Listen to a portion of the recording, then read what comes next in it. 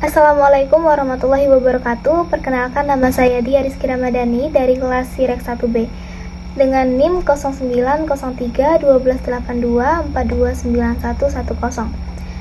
Pada kesempatan kali ini saya ingin menjelaskan proyek tentang penerapan pewarnaan graf di kehidupan sehari-hari. Nah, dalam proyek kali ini saya ingin mengangkat permasalahan di bidang matematika diskrit dalam dunia content creator, yang dimana penerapan pewarnaan graf ini bisa kita gunakan dalam mengatur jadwal konten berdasarkan minat follower. Apa sih pewarnaan graf itu? Jadi pewarnaan graf merupakan proses memberi warna pada vertex atau simpul, sehingga simpul yang saling terhubung itu tidak memiliki warna yang sama.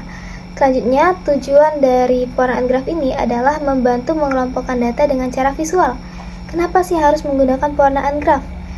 Nah, jadi kita menggunakan pewarnaan graf ini untuk membantu mengatur jadwal konten agar setiap jenis konten itu tidak berbenturan dan menjaga variasi minat follower. Selanjutnya, apa manfaat pewarnaan graf untuk konten kreator? Jadi ada 4. Di sini poin utama yang saya angkat untuk manfaat pewarnaan graf untuk konten kreator itu yang pertama adalah memahami preferensi audiens dengan lebih terstruktur. Yang kedua, membuat konten lebih relevan untuk setiap kelompok minat atau kelompok followers. Yang ketiga adalah meningkatkan interaksi dengan follower. Yang keempat, membantu menentukan prioritas konten yang akan dibuat. Oke, jadi di sini permasalahannya adalah ada 4 kelompok followers yang memiliki variasi minat konten berbeda, seperti pada tabel di bawah ini. Bagaimana agar konten kreator bisa memiliki jadwal yang efektif berdasarkan dari minat followersnya? Baik, jadi dari tabel ini bisa kita lihat, dan di sini kita akan membuat grafnya terlebih dahulu. Baik, jadi untuk penerapan graf berwarna ini kita akan membuat grafnya terlebih dahulu. Yang pertama, produktivitas. Produktivitas ini memiliki hubungan dengan motivasi. Oke, kita pakai penggaris dulu di sini. Produktivitas dan motivasi.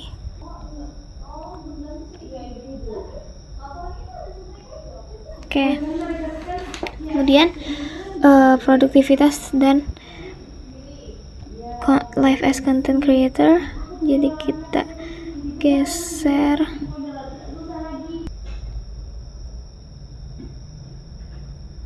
Oke. Kemudian produktivitas ke tips belajar.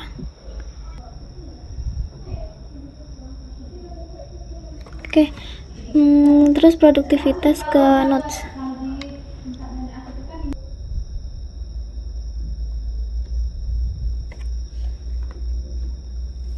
Kita lanjut, itu motivasi ke produktivitas.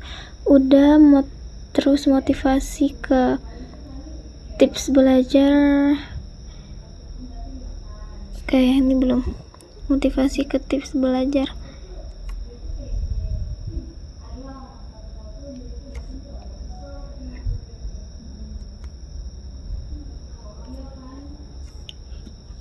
Selanjutnya, motivasi ke notes.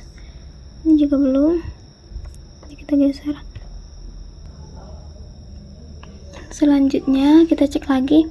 Itu motivasi ke produktivitas udah, motivasi ke life as creator belum. Nanti kita geser.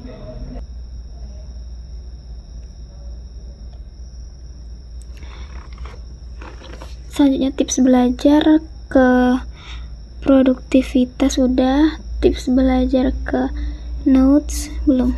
Nih, jadi kita garisin dulu. Udah. Selanjutnya, notes ke tips belajar sudah, notes ke tips belajar sudah, notes ke motivasi sudah. Selanjutnya, life as content creator ke produktivitas sudah, life as content creator ke motivasi sudah, life as content creator ke produktivitas sudah. Oke, jadi seperti ini ya bentuk dari grafnya.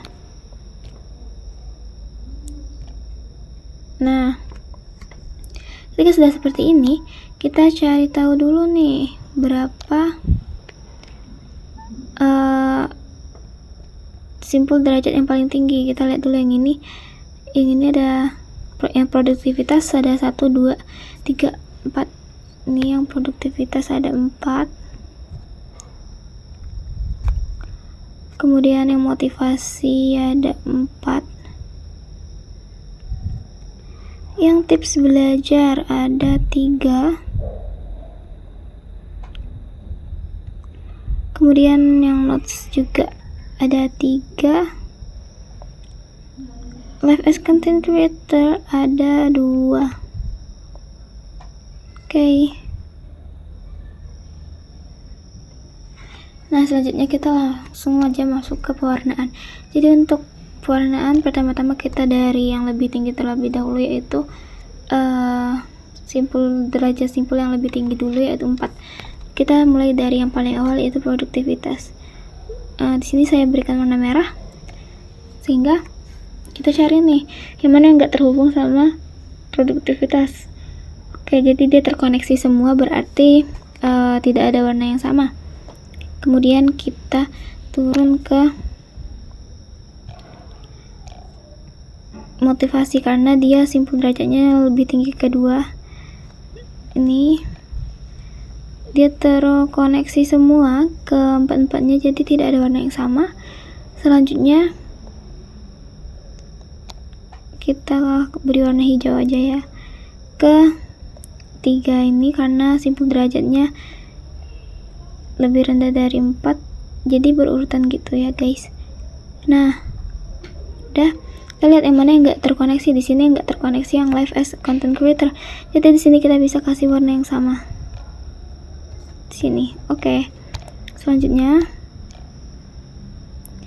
notes, ini dia kasih warna biru, dia enggak deh, kita kasih warna coklat.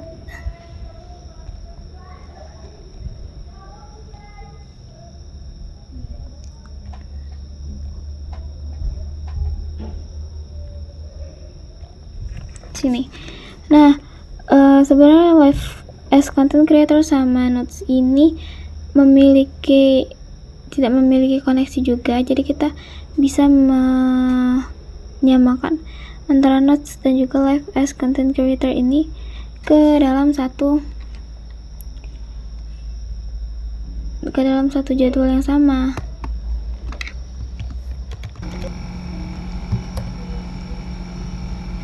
Nah, dari hasil graf yang kita dapatkan tadi dari pewarnaan tersebut dapat disimpulkan bahwa jadwal konten itu terbagi menjadi 4 warna atau 4 sesi, yang dimana ada warna merah, biru, hijau, dan coklat. Nah, di sesi pertama yang warna merah itu ada konten yang namanya produktivitas, sesi kedua ada motivasi, sesi ketiga ada tips belajar dan live as content creator, dan juga yang keempat adalah notes.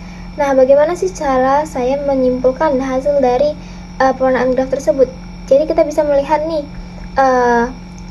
hasil warna dari graf yang sudah dibuat sebelumnya itu, ketika warnanya memiliki pewarnaan yang sama, misalnya saja seperti live as content creator sama tips belajar itu memiliki warna yang sama, yaitu hijau, maka mereka bisa disatukan dalam satu sesi, sehingga ketika mereka disatukan di dalam satu sesi itu mereka tidak bentrok. Sedangkan ketika tips belajar dan motivasi itu disatukan dalam satu sesi, ia akan mengalami bentrok karena memiliki warna yang tidak sama sesuai dengan teori yang telah diterapkan oleh teori pewarnaan graf ini. Baik, jadi kesimpulannya, pewarnaan graf adalah cara yang sederhana tapi efektif untuk mengatur jadwal konten berdasarkan minat follower. Dengan metode ini, kita bisa memastikan setiap tema konten seperti tips belajar, motivasi, atau notes inspo tidak muncul berdekatan sehingga followers tetap tertarik dan tidak bosan. Selain itu, jadwal konten juga jadi lebih teratur dan sesuai dengan kebutuhan follower. Intinya, metode ini akan membantu kita mengelola konten lebih rapi, menarik, dan sesuai sama minat followers. Baik, terima kasih banyak. Mungkin itu saja penjelasan dari saya. Wassalamualaikum warahmatullahi wabarakatuh.